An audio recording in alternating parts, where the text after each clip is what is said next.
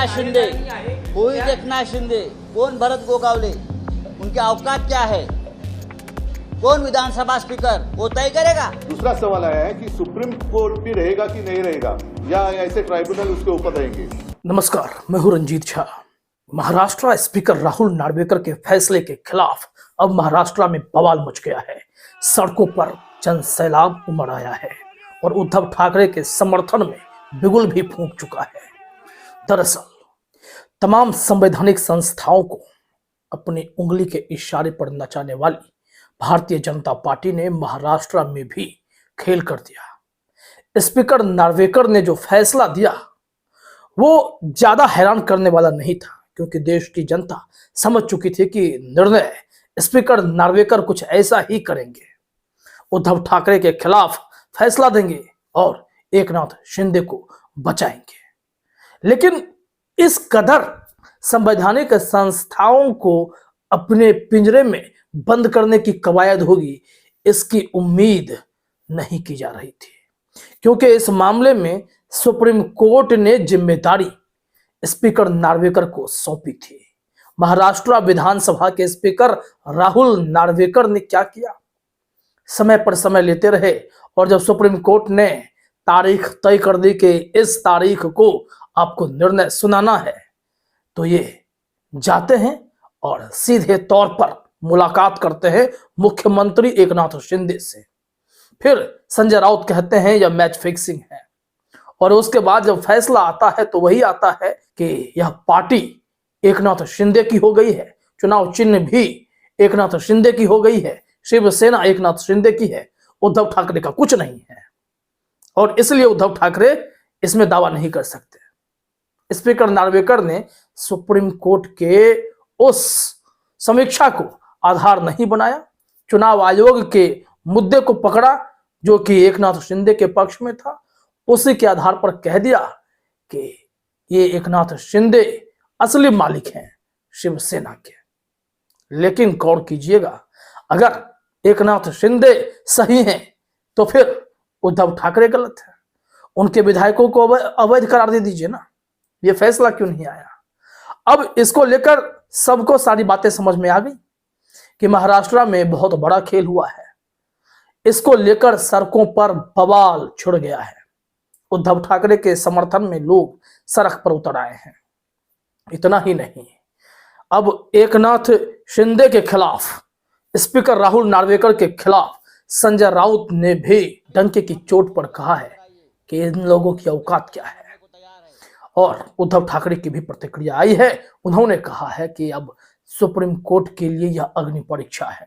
CJI D Y Chandrachud धर्म संकट में फंस गए हैं। हम तमाम मुद्दों को बारी बारी से आपके सामने रखते हैं। सबसे पहले तो देखिए सड़कों पर प्रदर्शन कितना जोरदार हुआ है।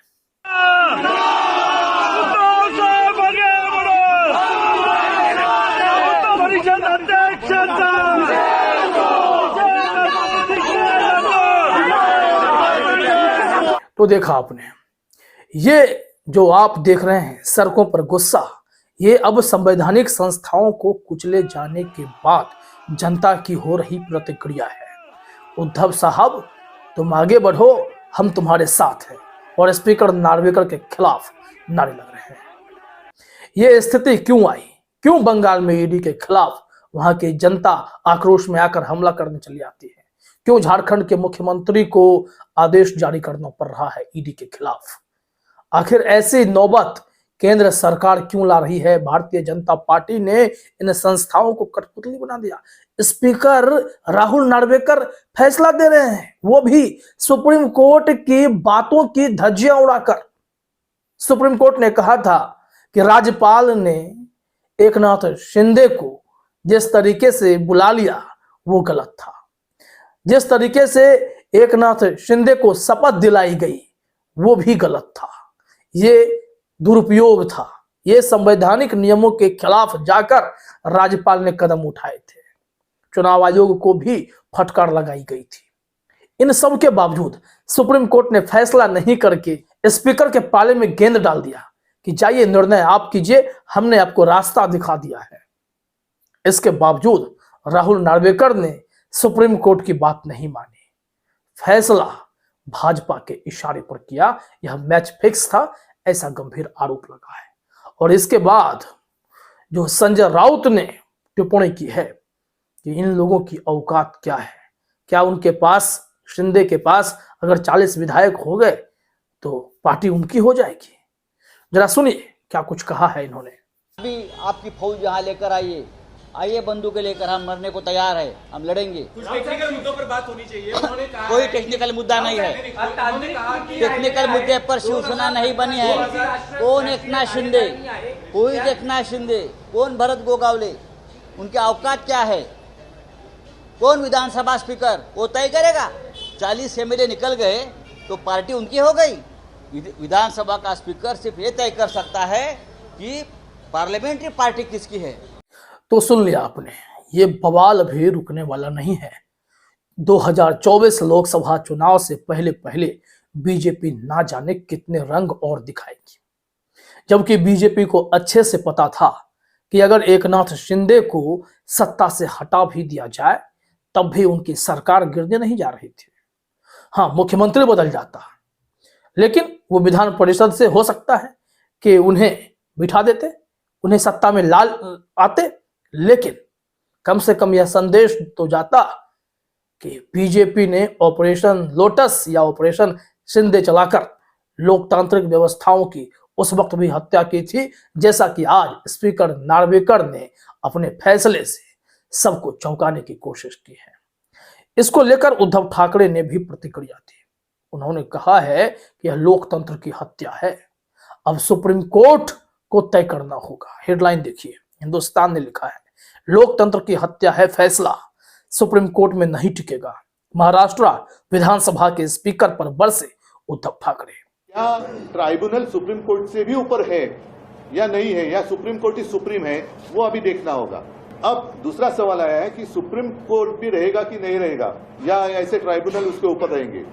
स्पीकर नार्वेकर को इन्होंने बेनकाब कर दिया है। उन्होंने कहा है कि अगर अयोग्य घोषित करना था तो किसी गुट को तो करना था, क्योंकि यहां पर शिंदे गुट और उद्धव गुट, दोनों गुट के विधायकों पर अयोग्यता की तलवार थी।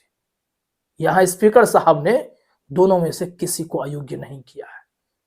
किस तरीके का निर्णय है ये, सवाल लोग पूछ रहे हैं, क्योंकि बीजेपी के मदद से ही एकनाथ शिंदे इतने बागी हुए थे, लेकिन उद्धव डटे रहे थे, फिर भी उन्होंने इस्तीफा दिया। सुप्रीम कोर्ट ने कहा था कि अगर उद्धव ठाकरे इस्तीफा नहीं देते तो वो आज भी सीएम बने रहते हैं। व्हिप जारी करने का जो राइट है वो उस वक्त भी उद्धव ठाकरे के पास था, लेकिन वहां पर सारा खेल एकनाथ शिंदे ने खेला और बाला साहेब ठाकरे के शिवसेना को तबाह कर डाला। यहां देखिए लिखा गया है, उद्धव ठाकरे ने कहा अगर एकनाथ शिंदे असली शिवसेना हैं तो उन्होंने अपने गुट को अयोग्य क्यों नहीं ठहराया। मुझे लगता है कि विधानसभा अध्यक्ष ने जनादेश को नहीं समझा। उन्हें क्या करने के लिए कहा गया था, यह अयोग्यता का एक साधारण मामला था। सुप्रीम कोर्ट ने एक रूपरेखा तैयार की, लेकिन स्पीकर ने सोचा कि वह सुप्रीम कोर्ट से ऊपर हैं और अपनी बात लेकर आए। शायद उन्हें समझ नहीं आया था, या फिर ऊपर से कहीं आदेश था। ये ऊपर से आदेश देने वाले स्पीकर को भी अब कंट्रोल कर रहे हैं। स्पीकर स्वतंत्र नहीं है, स्पीकर दबाव में है। और राहुल नार्वेकर क्या करेंगे, उन्होंने जो किया है वो सरासर गलत है। यहां पर उद्धव ठाकरे ने आगे और भी महत्वपूर्ण बात कही है, जरा गौर से समझिएगा। महाराष्ट्र विधानसभा अध्यक्ष राहुल नार्वेकर ने अपने फैसले में कहा कि उद्धव ठाकरे को एकनाथ शिंदे को विधायक दल के नेता पद से हटाने का कोई अधिकार नहीं था, क्योंकि पार्टी के संविधान के अनुसार राष्ट्रीय कार्यकारिणी सर्वोच्च निकाय थी, ना कि पक्ष प्रमुख जो कि उद्धव थे। इस फैसले पर उद्धव ने कहा कि मैंने पहले ही कहा था कि यह एक फिक्स्ड मैच था। फैसला लोकतंत्र की हत्या है और सुप्रीम कोर्ट में भी नहीं टिकेगा, लेकिन यह देखना बाकी है कि क्या ट्रिब्यूनल सुप्रीम कोर्ट से ऊपर है या सुप्रीम कोर्ट सर्वोच्च है। मैं अक्सर इस बात को लेकर चिंता व्यक्त करता हूं कि क्या भारत में लोकतंत्र रहेगा, लेकिन आज मुझे आश्चर्य है कि क्या देश में सुप्रीम कोर्ट रहेगा। अब सीजेआई डीवाई चंद्रचूड़ जवाब देंगे, क्या देश में सुप्रीम कोर्ट रहेगा, उनके नेतृत्व में ही क्या सुप्रीम कोर्ट अंतिम सांसें ले रहा है। उद्धव ठाकरे ने गंभीर सवाल उठाए हैं। इसका जवाब अब इस देश में लोकतंत्र को बचाने वाले दे पाएंगे।